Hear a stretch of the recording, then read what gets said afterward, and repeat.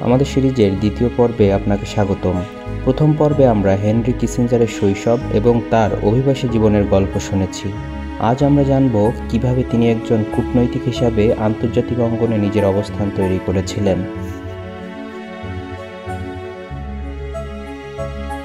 1950-এর দশকে হার্ভার্ডে অধ্যাপনা শুরু করেন এবং আন্তর্জাতিক সম্পর্ক ও কৌশলগত গবেষণায় বিশেষজ্ঞ হিসেবে পরিচিত হন।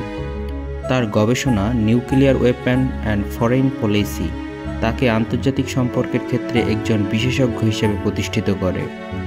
1969 সালে প্রেসিডেন্ট নিক্সনের অধীনে তিনি যুক্তরাষ্ট্রের জাতীয় নিরাপত্তা উপদেষ্টা নিযুক্ত হন। 1973 সালে তিনি পররাষ্ট্রমন্ত্রী হিসেবে দায়িত্ব গ্রহণ করেন।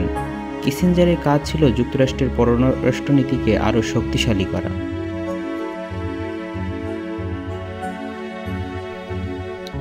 কিসিঞ্জারের সবচেয়ে বিখ্যাত কৌশল ছিল ডেটান্ট নীতি, যা সোভিয়েত ইউনিয়নের সঙ্গে ঠান্ডা যুদ্ধের উত্তেজনা কমানোর চেষ্টা করে। তার প্রচেষ্টার ফলস্বরূপ সল্ট চুক্তি স্বাক্ষরিত হয়।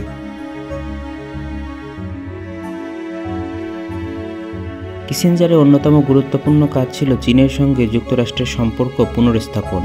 1972 সালে তার চীনে গোপন সফরের ফলে প্রেসিডেন্ট নিক্সন চীন সফর করেন এবং দুই দেশের মধ্যে কূটনৈতিক সম্পর্ক স্থাপিত হয়। এটি পিং-পং কূটনীতি নামে পরিচিত। ভিয়েতনাম যুদ্ধের সমাপ্তির জন্য কিসিঞ্জার 1973 সালে প্যারিস শান্তি চুক্তি সম্পন্ন করেন।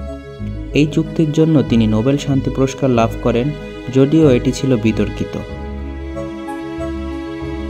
কিসিঞ্জারের কূটনৈতিক জীবনের শুরু থেকেই তিনি ছিলেন একজন সাহসী এবং কৌশলী নেতা, তবে তার সিদ্ধান্তগুলো সবসময় প্রশংসিত হয়নি। সাথেই থাকুন। ধন্যবাদ।